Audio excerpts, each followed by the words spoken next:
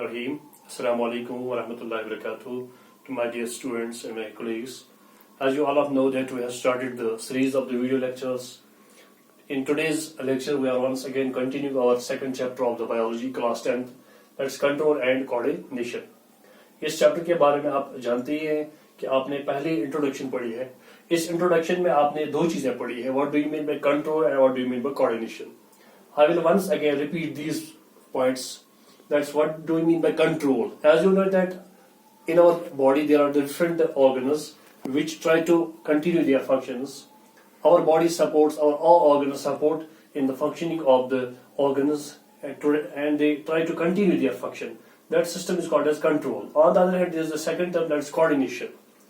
For a particular function, in performing a particular function, various organs are involved, they support it, and working together of all the body parts or the organs that produce an action inside the body, that's called the coordination. These are a few basic points regarding the control and coordination. Today we will describe our chapter, what do you mean by control and coordination in case of plants. So far as all living organisms are concerned, every living organism try to survive, try to be alive. For that it performs the basic functions of the life, which includes the control and coordination. So far as control and coordination in plants and animals is concerned, we say that it is the type of functioning inside the plant body and inside the animal body. It's also regarded as response to the external stimulus. यानी कि एक organism की एक ऐसी function होती है जिसमें वो अपने आप को एडजस्ट कर लेता है, उसको बाहर से कोई भी ट्रिगर मिलता है अपने एनवायरनमेंट से और उसको यहाँ से वो एक रेस्पॉन्स देता है, यहाँ से एक आंसर देता है या उसी के हिसाब से अपनी बॉडी में functions produce करता है. That is called as the response to the external stimulus. But this is the basic characteristic feature of the living organism, that they can respond to the external stimulus. And regarding this function, you should know that all living organisms, including whether वो plants हैं या animals हैं, वो सारे के सारे living organisms इस function को perform कर लेते हैं. चाहे वो simple plants हो या simple animals हो, सारे के सारे living organisms इस function को perform कर लेते हैं. Just like what do you mean by respond to external stimulus? As in case of plants, we can simply see plants respond to external stimulus. Just like यहाँ पे मैंने एक example रखी है, bending of the plant stores light. And light acts as a stimulus here. In response to that, the plant shows the bending phenomena. Plant bends its parts towards the light. That process is one of the here that's referred to as response to the external stimulus.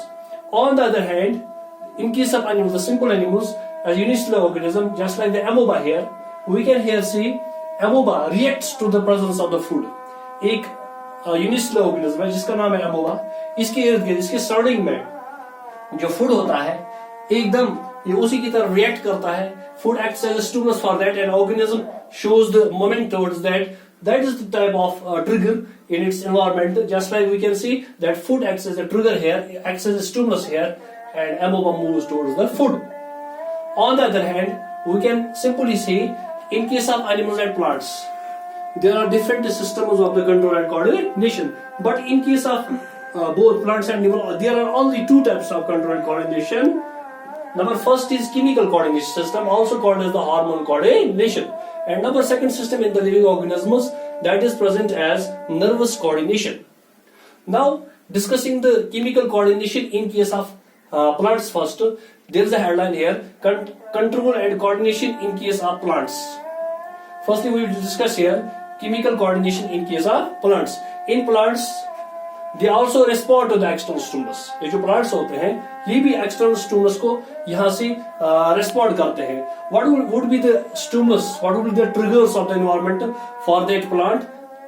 We can here simply say that the external environmental factors, they can act as the stimulus for the plants, due to which plant responds by two ways, either showing the growth or either showing a simple type of movement.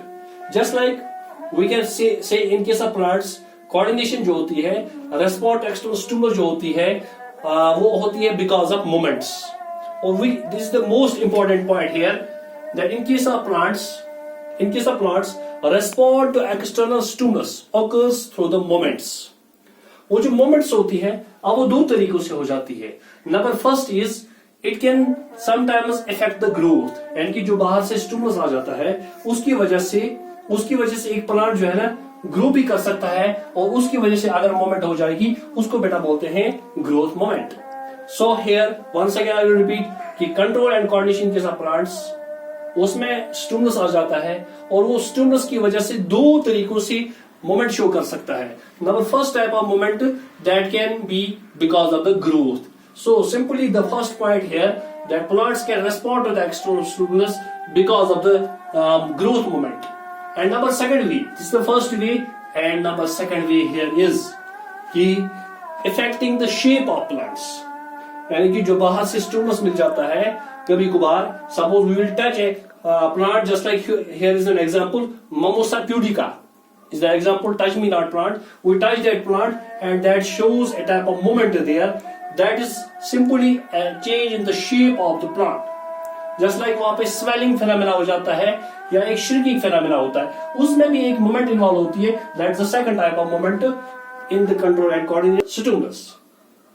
सो यहाँ पे जो last concluding point है इस वाले portion में वो ये है कि जो ग्रोथ होती है और जो मोमेंट होती है they are related to each other. In case of growth that may be sometimes regulated by the external stimulus. On the other hand अगर मोमेंट की बात करेंगे उसमें भी मोमेंट में भी एक्सटर्नल स्टिमुलस इन्वॉल्व हो सकता है, या हम कह सकते हैं कि इंटरनल स्टिमुलस हो सकता है। So the point should be noted here कि जो ग्रोथ होती है या जो मूवमेंट होती है जो दो प्लांट्स के अंदर होती है बिकॉज ऑफ द स्टिमुलस, वो स्टिमुलस या तो एक्सटर्नल स्टिमुलस होगा या तो इंटरनल स्टिमुलस होगा। उसके बाद जो है अब हम मोमेंट्स को डिस्कस करने जा रहे हैं। What do you mean by the movements of the plant? As you know, moment is a sort of response. Moment जो होती है, it is a sort of a response. ये भी एक किस्म की कोऑर्डिनेशन होती है, लेकिन जहां तक नेचर इन मोमेंट्स का होता है और कैसे हो जाता है, what type of natures are present inside the moments? Moments are classified into two types. जो मोमेंट्स होती है, it is a kind of response external stimulus. Moment के जरिए से भी स्टिमुलस को यहाँ पे एक प्लांट यानी कि एक ऑर्गेनिज्म जो है रिस्पॉन्ड कर सकता है। अब जो प्लांट्स के अंदर मोमेंट्स इन प्लांट्स, वो तो फर्स्टली ब्रॉडर क्लासिफिकेशन में हम उनको दो कैटेगरीज में डालते हैं। Number first is nastic plant moment. Number first moment is nastic plant moment, और जो दूसरी होती है ट्रॉपिक प्लांट मोमेंट। अब इन moment is a sort of response to external stimulus. अब फर्क क्या है इन दोनों में? यहाँ पे नेस्टिक एक प्लांट मोमेंट होगी और जो दूसरी मोमेंट है दैट्स ट्रॉपिक प्लांट मोमेंट।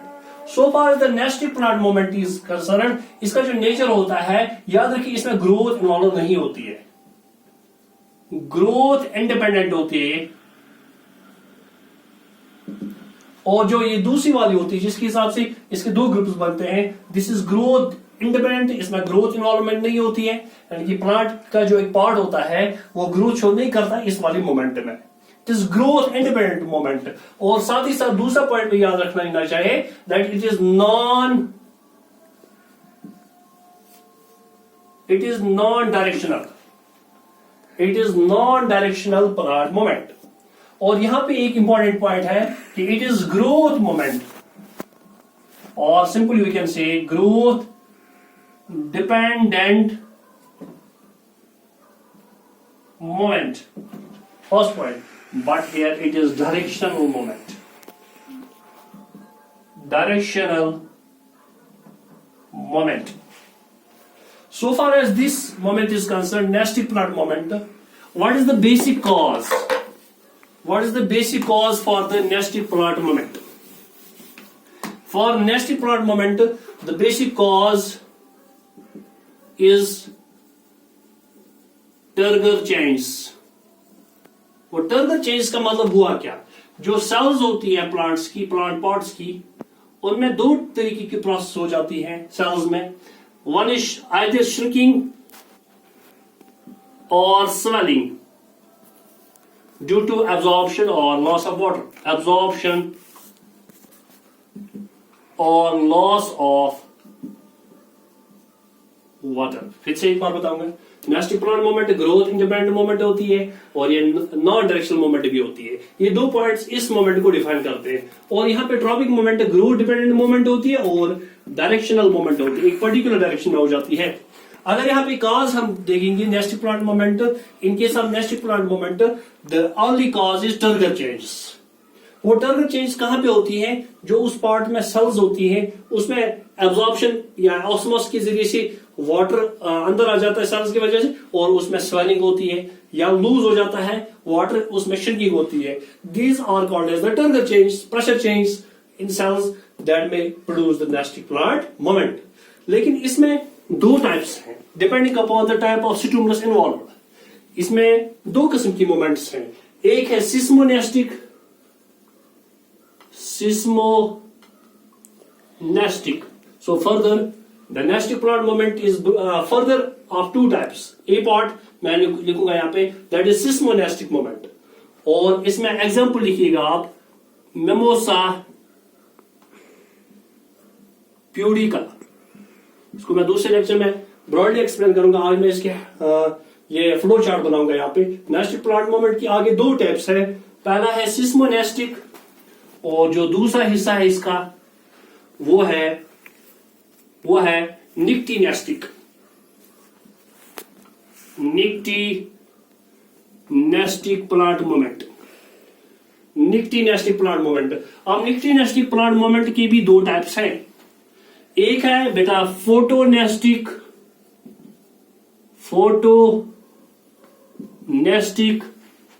और दूसरा है thermonestic. Nestic plant moment has further two types, seismonestic and nictinestic.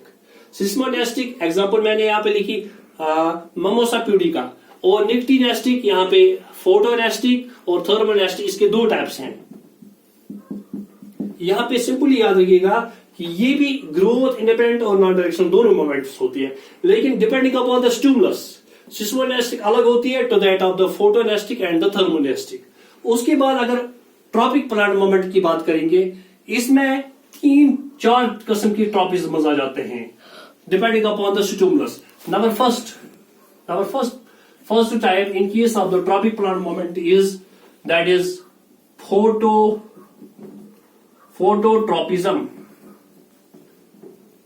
Phototropism. जो दूसरा टाइप है दैट इज जियोट्रॉपिज्म, और जो थर्ड पार्ट है दैट इज हाइड्रोट्रॉपिज्म, और जो लास्ट वाला है दैट इज कीमोट्रॉपिज्म। आज की लेक्चर को हम यहां पे कंक्लूड करेंगे। लास्ट पे मैं थोड़ा सा रिकैप करूंगा आज हमने क्या पढ़ा।